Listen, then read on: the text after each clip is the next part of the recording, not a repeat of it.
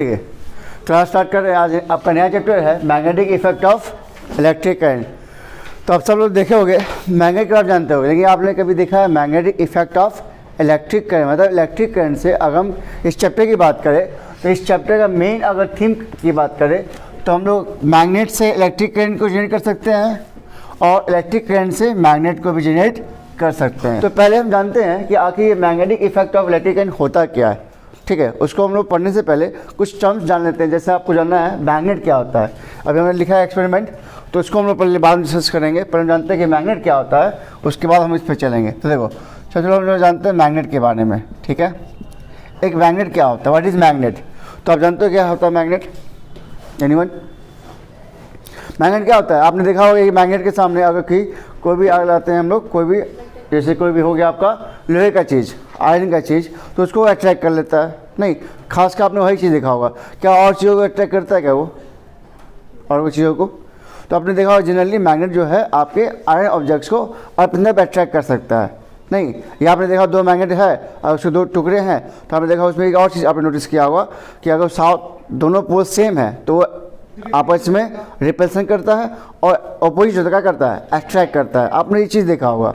नहीं, तो magnet define यहीं से बन जाता है कि व्हाट इज मैग्नेट? तो magnet is a substance, magnet is a substance that attracts iron, निकल and cobalt, that attracts certain substance like iron, निकल एंड कोबाल्ट। मतलब सभी को अट्रैक्ट नहीं करता, ये एक सर्टेन सब्सटेंस को ही अट्रैक्ट करता है, जिसे हम लोग कहते हैं। फिलहाल इसमें आपको याद रखना है क्या क्या अट्रैक्ट करता है, आयरन, निकल एंड कोबाल्ट। तो इस सबको अट्रैक्ट नहीं कर सकता। मान लो अगर हम लोहे, अगर किसी मैग्नेट के सामने इस प्लास्टिक को लाए तो इसको अट्रैक्ट करेगा? अट्रैक्ट नहीं करेगा। क्या इस वुड को लाए तो अट्रैक्ट करेगा? अट्रैक्ट नहीं करेगा। ये केवल क्या करता है, सर्टेन सब्सटेंस को ही अट्रैक्ट कर सकता है, जिसको हम कहते हैं मैग्नेट। अच्छा, इस मैग्नेट का नाम कैसे पड़ा? तो अगर हिस्ट्री की हम बात करें तो एक जगह है जिसका नाम है मैग्नेशिया। क्या नाम है? मैग्नेशिया। मैग्नेशिया में एक रॉक था जो सर्टेन सब्सटेंस को अपनी तरफ अट्रैक्ट करता था। नहीं, तो वहाँ पे क्या देखा कि कौन कौन सब्सटेंस को अट्रैक्ट करता है? वहाँ देखा आयरन को, निकल को और कोबाल्ट को। तो मैग्नेशिया जगह पे ये रॉक पाया गया था, जिस वजह से नाम रखा गया मैग्नेट। ठीक है, लेकिन डिफाइन व्हाट इज मैग्नेट?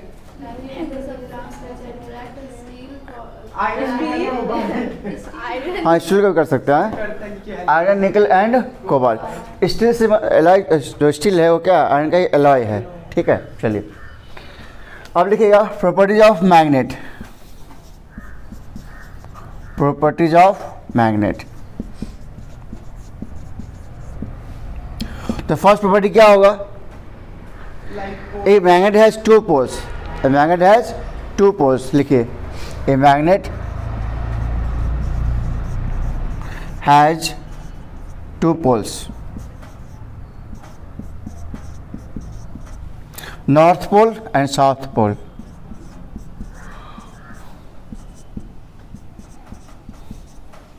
और point number second, like poles repel each other, unlike poles attract each other. Like pole repel each other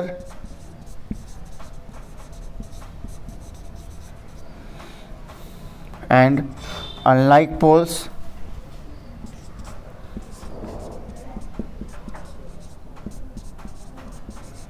attract each other.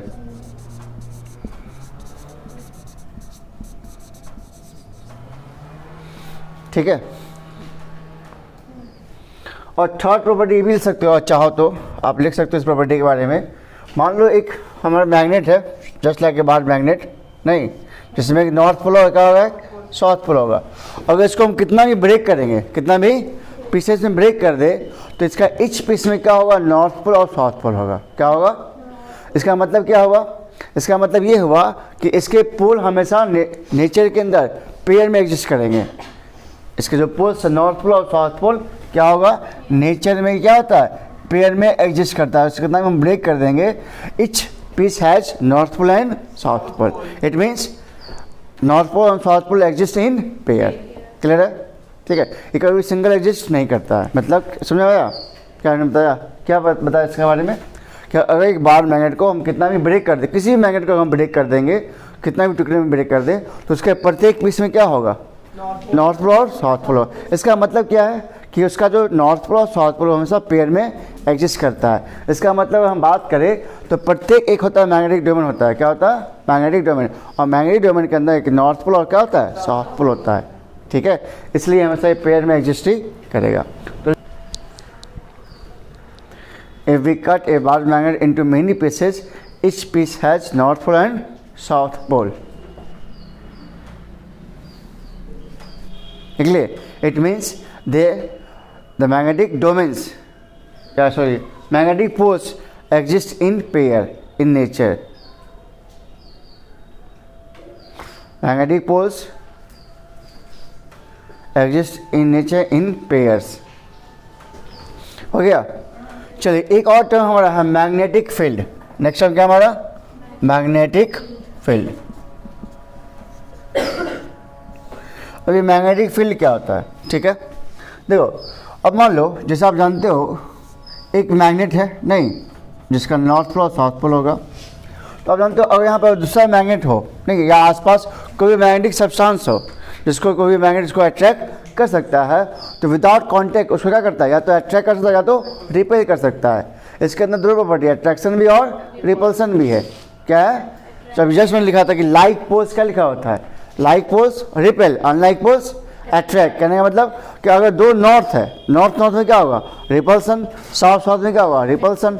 लेकिन नॉर्थ साउथ में अट्रैक्शन। तो हमने देखा अगर दो मैग्नेट को, अगर मान लो एक हॉर्सशू मैग्नेट है उसको आप पीछे से ब्रेक कर दो और उसको अगर कोशिश करो उसको पास लाने की, तो क्या होगा? वो आपस में रिपेल करता है, आपस में अट्रैक्ट नहीं करेगा। लेकिन उसको पोल को आप चेंज कर दो। क्या कर दो? मान सपोज ये भी नॉर्थ पोल और ये भी साउथ पोल, नॉर्थ और ये साउथ, क्या अट्रैक्ट होगा? वो ऐसे करता रह जाएगा, कभी भी टच नहीं करेगा। लेकिन इसको ऐसे चेंज करो तो क्या हो जाएगा?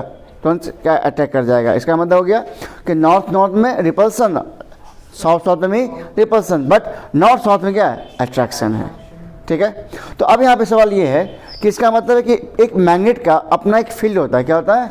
फील्ड, जहाँ पे वो मैग्नेटिक फोर्स को लगाता है। क्या लगाता है? मैग्नेटिक फोर्स को। मतलब एक मैग्नेट के around, the region around a magnet, the region around a magnet way magnetic force is experience या इज एग्जर्टेड।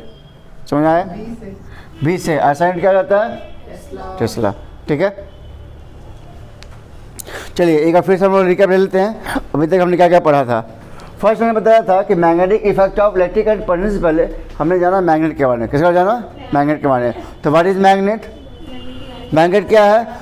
हाँ, एक ऐसा सब्सटेंस है जो सर्टेन सब्सटेंस को क्या करता है? अट्रैक्ट करता है। जैसे जिसमें कि आपके एग्जांपल कौन कौन से हैं? आयरन, निकल एंड कोबाल्ट। और भी हो सकता है, लेकिन ये अभी फिलहाल आपके इतने सर्टेन सब्सटेंस है जिसको वो अट्रैक्ट करता है। अब सवाल है कि why magnet attracts only this substance?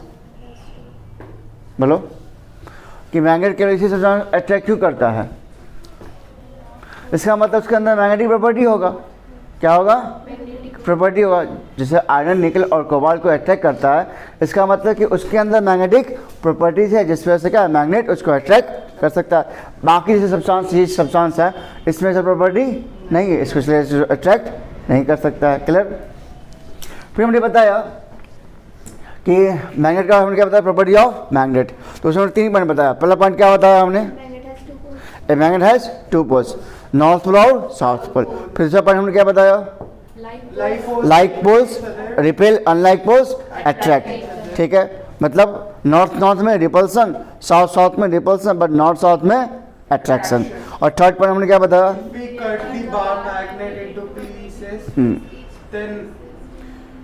Then each piece has north pole and south pole. It means they exist in pairs. ठीक है, now उसके बाद लास्ट टर्म हमने क्या बताया? Magnetic field. मैग्नेटिक फील्ड क्या होता है? It is the region bounded by the magnet where a force is exerted. The region around a magnet. The region around a magnet where magnetic force is exerted. Clear? Is known as magnetic field. इसको symbol दिखाते हैं magnetic field किससे? B से दिखाते हैं। ठीक है, magnetic field को डिनोट करते हैं बी से, और इसका एसाइंट क्या होता है? टेस्ला। लेकिन आपको इस चैप्टर में न्यूमेरिकल तो पढ़ना है नहीं, तो इसके को आपको याद, मतलब ऑब्जेक्टिव के लिए याद रखना है आपको। इसका एसाइंट क्या होता है? टेस्ला होता है। ठीक है, अब हम लोग चलते हैं जो मेन हम लोग का कंसेप्ट स्टार्ट होता है यहाँ से। क्या है?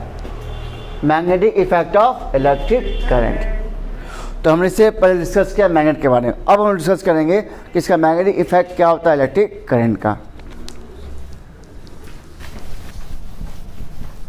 देखो अब कहानी थोड़ा स्टार्ट करते हैं यहाँ से। देखिए सब लोग,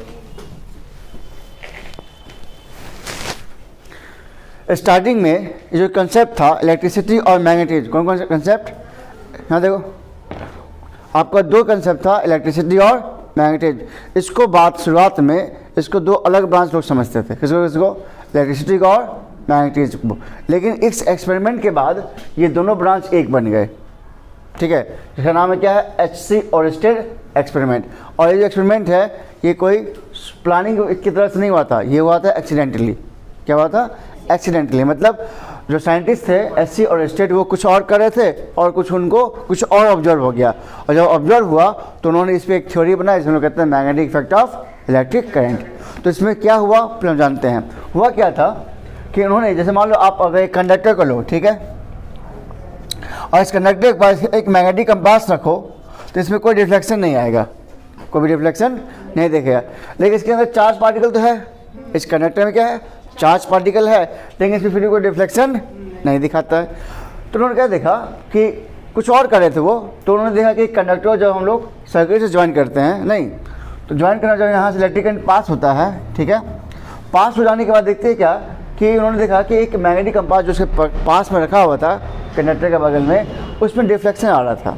नहीं, हमारे कोई सामने कोई घटना हो रहा है और उसको बार बार वहाँ पे एक बार चलाएगा नज़र, तो हम लोग सोचता कि हो क्यों रहा है, नहीं तो उनका ऐसे ही हुआ कि उन्होंने देखा कि जब भी इलेक्ट्रिक करंट पास हो रहा है इसमें क्या आ रहा है, डिफ्लेक्शन आ रहा है। उन्होंने इस चीज़ को ऑब्जर्व करना स्टार्ट कर दिया कि इसमें जब भी हम करंट पास करते हैं डिफ्लेक्शन आ रहा है। फिर उन्होंने एक और चीज़ ऑब्जर्व किया, उन्होंने देखा कि करंट के डायरेक्शन चेंज करते हैं, करंट के डायरेक्शन को, तो उन्होंने देखा कि फिर डिफ्लेक्शन आया, लेकिन डिफ्लेक्शन अपोजिट डायरेक्शन में हुआ पहले की कंपेरिजन में, ठीक है। तो उन्होंने क्या ऑब्जर्व किया कि जब एक इलेक्ट्रिक करंट को हम पास कराते हैं तो इसमें क्या आ रहा था, डिफ्लेक्शन आ रहा था। और दूसरा उन्होंने क्या किया, अगर डायरेक्शन को चेंज किया, क्या किया, मान लो सपोज करंट के डायरेक्शन को चेंज करके मान लो इधर से भेजा, अभी ऊपर जा रहा है, फिर से सेकंड केस में करंट क्या जा रहा है, नीचे जा रहा है, तो इसमें फिर भी डिफ्लेक्शन आ रहा है लेकिन अपोजिट डायरेक्शन में आ रहा है। क्लियर। तो इन्होंने ये चीज़ सोचना स्टार्ट कर दिया आखिर ऐसा क्यों हो रहा है, वाई दिस हैपेंस। तो आप लोग जानते हो, आप लोग क्लास 9th में हमने पढ़ा होगा कि अगर दो बॉडी का मास है, दो बॉडी का मास है, तो दो बॉडी के मास के बीच में कौन सा फोर्स काम करता है, ग्रेविटेशनल फोर्स। कौन सा फोर्स, तो दो बॉडी का अगर मास हो तो उसके बीच में कौन सा फोर्स होगा। अच्छा ठीक है, वेरी गुड। क्लास 10th में आपने पढ़ा इलेक्ट्रिसिटी में, दो चार्ज बॉडीज हो तो उसके बीच में कौन सा फोर्स होगा, इलेक्ट्रिक फोर्स। दो चार्ज बॉडी है तो उसके बीच में, और जस्ट अभी आपने पढ़ा है अगर दो मैग्नेटिक सब्सटेंस है तो उसके बीच में कौन सा फोर्स, वेरी गुड। तो इसका मतलब ये है, इससे हमने क्या समझा कि अगर मान लो यहाँ पे ये एक मैग्नेटिक सब्सटेंस है, एक मैग्नेटिक निडल है, और एक मैग्नेटिक निडल को पे फोर्स कौन लगाएगा, एक मैग्नेटिक फोर्स ही लगा सकता है। इस पे फोर्स कौन लगाएगा, फोर्स। क्या एक मैग्नेट पे क्या चार्ज पार्टिकल फोर्स लगा सकता है क्या, हाँ नहीं लगा सकता ना। तो एक मैग्नेट पे फोर्स कौन लगा सकता है, एक मैग्नेटिक सब्सटेंस लगा सकता है। एक चार्ज पे फोर्स कौन लगा सकता है, एक चार्ज पार्टिकल ही फोर्स लगा सकता है। और एक बॉडी पे मास, तो उस पर फोर्स कौन लगा, जिस पे बॉडी का मास हो, मतलब ग्रेविटेशनल फोर्स लगा सकता है। तो दो बॉडी का मास के बीच में ग्रेविटेशनल फोर्स, दो बॉडी के चार्ज के बीच में इलेक्ट्रिक फोर्स, और दो बॉडी के मैग्नेटिक सब्सटेंस के बीच में मैग्नेटिक फोर्स। तो अगर ये मैग्नेट है तो इस मैग्नेट पे फोर्स कौन लगाएगा, एक मैग्नेटिक फोर्स लगा सकता है। तो यहाँ पे कोई और चीज़ तो है नहीं, कोई और चीज़ तो है नहीं। इसका मतलब अगर यहाँ से इलेक्ट्रिक करंट जब पास करा रहे हैं तो इसके वजह से इस पर फोर्स लग रहा है। It means electric current behave like a magnet, it means electric current behave like a magnet. लेकिन कब, जब वह चार्ज आर इन मोशन, वह चार्ज आर इन। अभी हमने जब एक कंडक्टर लिया नहीं जिसमें कोई करंट पास नहीं कर रहा है तो इसमें कोई डिफ्लेक्शन नहीं दिख रहा है, लेकिन जैसे हम करंट पास कर रहे हैं इसमें क्या आ रहा है, डिफ्लेक्शन आ रहा है। It means when charge are in motion it behave like a magnet, and this experiment becomes HC Oersted experiment, and he give a theory about magnetic effect of electric current। तो इसी experiment के बाद ये मालूम चला कि electric current भी magnetic effect को प्रोड्यूस करता है। कब, जब इलेक्ट्रिक करंट वहाँ से पास हो तब। ठीक है, चलो बताओ एक साथ, आपने क्या समझा HC Oersted के बारे में। हमने आपको ये बताया, सुनो सबसे, हमने नहीं बताया, दो बॉडी अगर मास हो, दो बॉडी के बीच में क्या हो, मास हो, तो इसके बीच में कौन सा फोर्स आएगा, कौन सा फोर्स आएगा, ग्रेविटेशनल। ठीक है, वेरी गुड। अच्छा, दो चार्ज बॉडी हो, दो क्या हो, चार्ज बॉडी हो, तो इसके बीच में इलेक्ट्रिक फोर्स।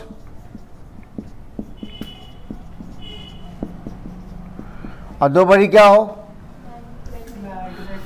दो बॉडी क्या हो, मैग्नेट हो, मैग्नेटिक हो नहीं, दो अगर मैग्नेट हो तो उसके बीच में मैग्नेटिक फोर्स।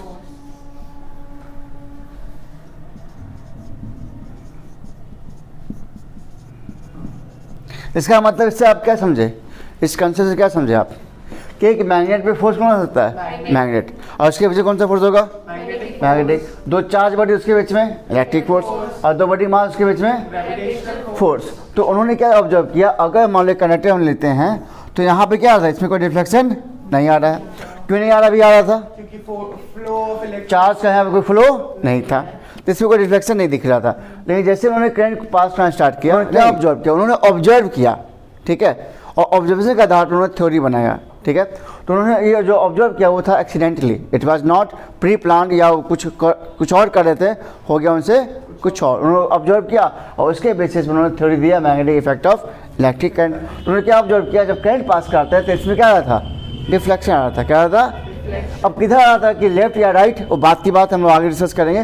फिलहाल इसमें मान सकते हैं कि इसमें क्या आ रहा था, डिफ्लेक्शन आ रहा था। क्या आ रहा था, डिफ्लेक्शन। और फिर उन्होंने दूसरा केस क्या लिया, जब करंट का डायरेक्शन चेंज कर रहे फिर क्या उन्होंने क्या ऑब्जर्व किया, उन्होंने क्या ऑब्जर्व किया सेकंड केस में कि रिफ्लेक्शन तो आ रहा है लेकिन क्या आ रहा है, अपोजिट डायरेक्शन में आ रहा है। और थर्ड केस में देखा, अगर जब हम करंट को स्टॉप करते हैं तो इसमें कोई रिफ्लेक्शन नहीं आता। तो तीन केस बना। फर्स्ट केस क्या बना, फर्स्ट केस, हाँ, जब हम लोग करंट पास कर रहे हैं तो उसमें क्या आ रहा है, रिफ्लेक्शन। जब करंट डायरेक्शन चेंज करें तो भी क्या आ रहा है, रिफ्लेक्शन आ रहा है, लेकिन अपोजिट डायरेक्शन में आ रहा है।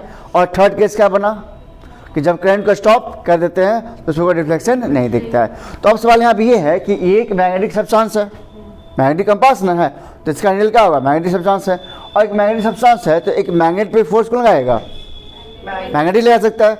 तो यहाँ जब करंट पास कर रहे हैं, यहाँ पे कोई और सब्सटेंस तो है नहीं, तो अगर कोई और नहीं है इसका मतलब कि यहाँ जो इलेक्ट्रिक करंट पास कर रहा है वह इस पर फोर्स लगा रहा होगा, क्या लगा रहा होगा, फोर्स।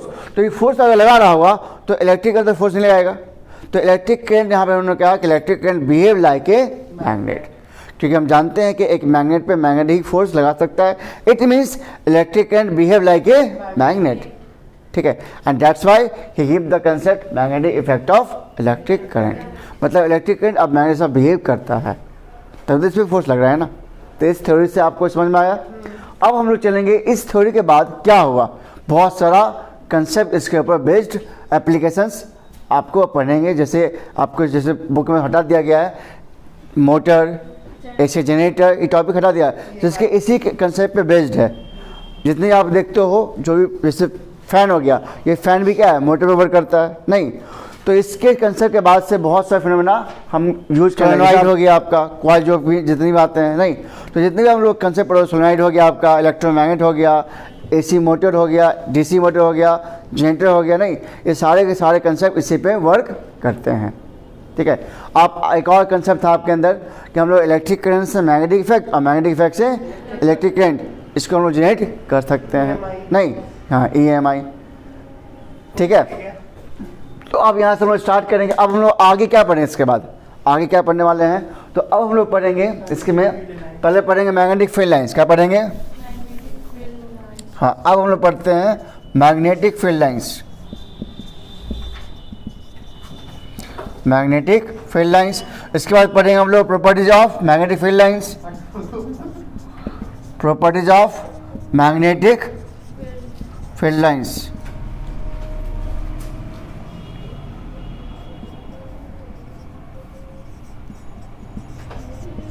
उसके बाद क्या पढ़ेंगे, उसका हम लोग पढ़ना है पैटर्न।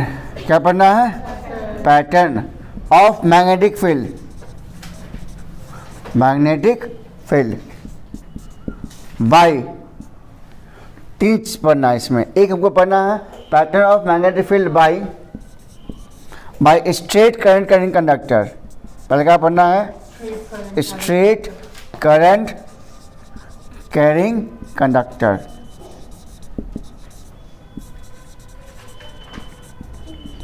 फिर पढ़ना है सेकेंड आपको सर्कुलर लूप,